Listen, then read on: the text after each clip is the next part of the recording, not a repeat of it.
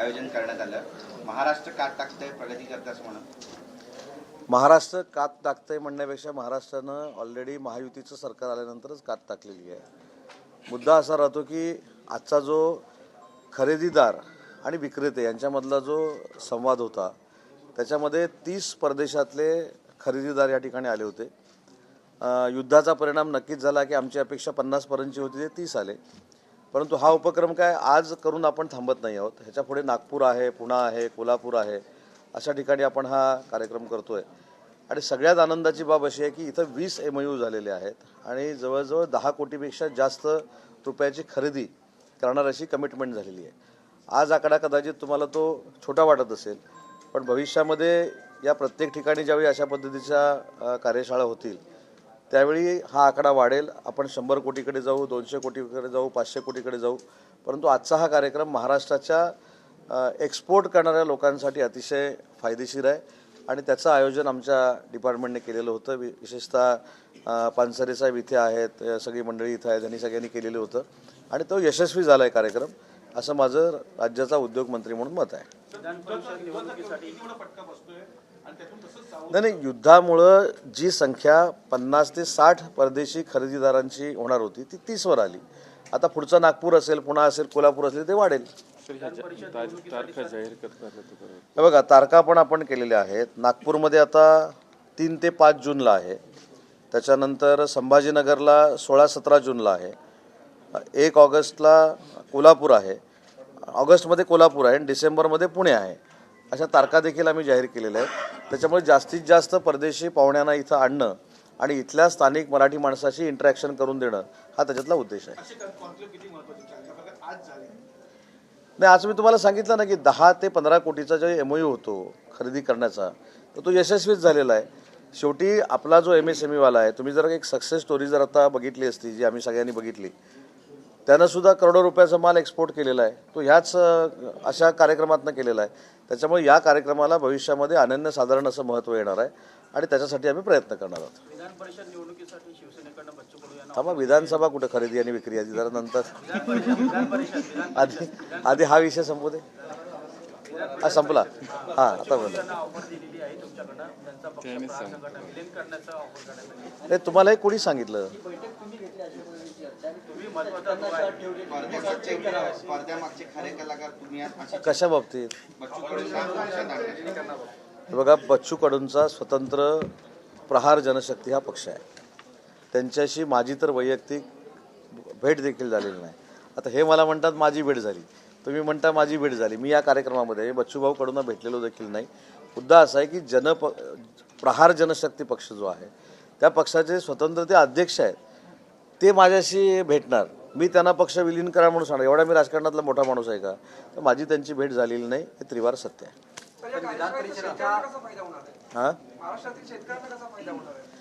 नाही, शेतकऱ्यांसाठी सुद्धा टेक्नॉलॉजी आहे ना. शेतकऱ्यांची अवजारं देखील एक्सपोर्ट होतात, शेतकऱ्यांचा माल देखील एक्सपोर्ट होतो, शेतकऱ्यांची फळं देखील एक्सपोर्ट होतात, भाजीपाला देखील एक्सपोर्ट होतो. आता मी कोकणातला आंबा एक्सपोर्ट होतो, काजू एक्सपोर्ट होतो, फणस एक्सपोर्ट होतो, त्याच्यावर प्रक्रिया केलेली उत्पादनं जी तयार होतात ती एक्सपोर्ट होतात. आमच्याकडे ODOP एक मोठा कार्यक्रम आहे, त्याच्यातनं जे काही प्रॉडक्ट तयार होतं ते देखील एक्सपोर्ट होऊ शकतं. विधान परिषद निवडणुकीसाठी शिवसेनेच्या कोट्यामध्ये 2 जागा आहेत, मात्र शिवसेना तिसरा उमेदवार देखील रिंगणामध्ये आणणार आहे. प्रश्न पण तुमचा, उत्तर पण तुमचं. तुम्ही म्हणता 2 उमेदवार आहेत, 3 आम्ही उभे करणार, असं तुमचं म्हणणं आहे. आता 2 उभे राहतात की 3 उभे राहतात हे सर्वस्वी एकनाथ शिंदेसाहेब ठरवतील. उमेदवार कोण असतील हे देखील एकनाथ शिंदेसाहेब ठरवतील. तुम्हाला 30 तारखेला फॉर्म भरायच्या अगोदर दोन्ही नावं कळतील. बच्चू कडू आले तर त्यांचं स्वागत केलं जाईल शिवसेनेकडून. उद्धव ठाकरे जर उमेदवार असतील तर त्या संदर्भात आमचे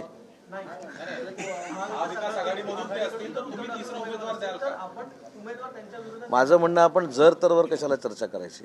आपण ही चर्चा 30 तारखेला फॉर्म भरल्यानंतर करू. कोण कुठचे उभे आहेत, कोण कुठचे उभे आहेत, कोण उभे आहेत, ही चर्चा आपल्याला 30 तारखेला कळेल. आमचे 2 उमेदवार कोण आहेत ते तुम्हाला कळतील. आमचा तिसरा उमेदवार कोण आहे हे देखील तुम्हाला कळेल. त्याच्यामुळे मला असं वाटतं की 30 तारखेनंतर ह्या सगळ्या गोष्टीवर बोललो तर त्याला काहीतरी अर्थ आहे. त्याच्यामुळे 2 दिवस पेशन्स ठेवा. तुम्ही तुमच्या सूत्रांच्या माध्यमातून आलेल्या ब्रेकिंग करा, पण ब्रेकिंग काही वेगळी असणार. बच्चू कडू जर आले तर त्यांचं स्वागत केलं जाईल. आमच्या पक्षाचे पक्षप्रमुख हे एकनाथ शिंदे साहेब आहेत. विधान परिषदेचं तिकीट कोणाला द्यायचं, राज्यसभेचं तिकीट कोणाला द्यायचं, कोणाला पक्षात घ्यायचं, कोणाला विलीन करून घ्यायचं, कोणाला नाही करून घ्यायचं, हे एकनाथ शिंदे साहेब ठरवतात. त्याच्यामुळे विधान परिषदेच्या उमेदवारीचा मोठा प्रश्न मला विचारू नका. नीलम गोऱ्हेंच्या नावाला पक्षातनंच विरोध होतोय का? कारण का तशा पद्धतीच्या चर्चा जोरदार होत आहेत. काही मंत्र्यांनी सुद्धा त्यांच्या नावाला विरोध केलेला आहे. महिला आघाडीकडून सुद्धा त्यांच्या विरोधात पत्र दिलेलं आहे.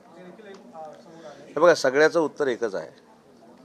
ते पत्र विरोधातलं दिलेलं असेल ते पण एकनाथ शिंदे साहेब वाचतील, समर्थनाचं दिलं असेल ते सुद्धा एकनाथ शिंदे साहेब वाचतील. आणि तुम्हाला कळेल ना, 30 तारखेला फॉर्म भरायच्या अगोदर आमचे उमेदवार 2 आहेत की 3 आहेत हे कळतील.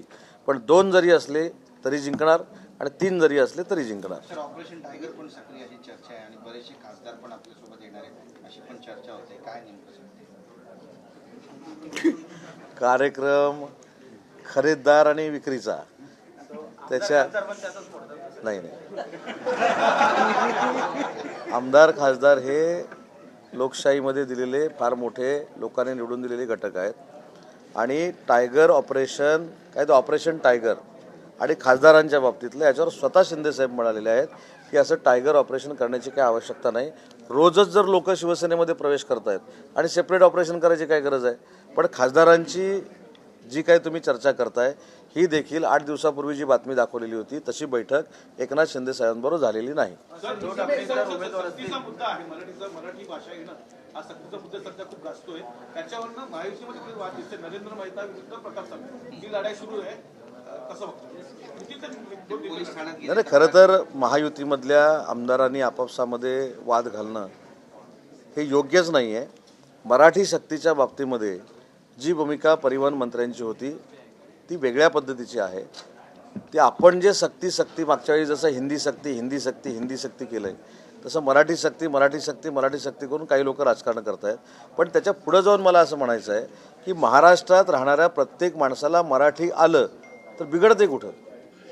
जर आता पानसरे साहेब इथे आहेत किंवा त्यांना विचारा, IASची परीक्षा दिल्यानंतर महाराष्ट्रामध्ये त्यांना जर त्या संबंधित माणसाला नोकरी करायची असेल तर मराठीचा पेपर द्यावं लागतं, मराठी बोलणं यावं लागतं. मग जर जिल्हाधिकारी स्तरावरचे अमराठी माणसं मराठी बोलू शकतात किंवा शिकतात तर सर्वसामान्य देखील शिकलं पाहिजे. ही काही सक्ती नाही, हा भावनेचा भाग आहे.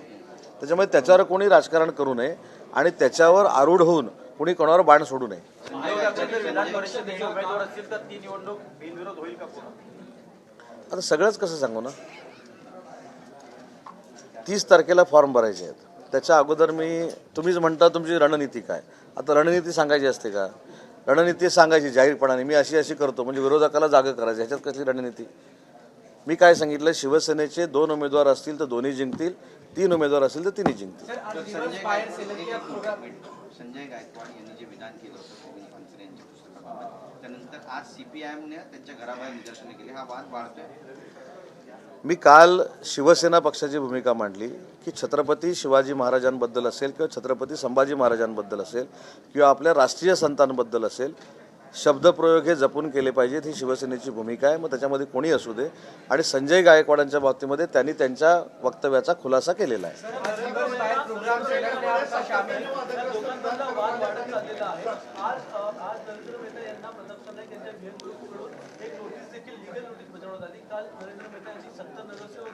प्रताप सरनाईक यांच्या विरोधात ठाण्यात येऊन आंदोलन केलं. तर हा जो वाद वाढत चाललेला आहे 2 महायुतीच्या आमदारांचा, याबद्दल काय वाटतं? मी सांगितलं, याचं उत्तर दिलं की महायुतीतल्या आमदारांमध्ये वाद असू नये याच्यामध्ये नेते मंडळींनी लक्ष घातलं पाहिजे. पण कदाचित दोन्ही लोकांचं म्हणणं असेल काहीतरी तुम्हाला ब्रेकिंग द्यायला पाहिजे म्हणून आपापसात भांडत असतील. चला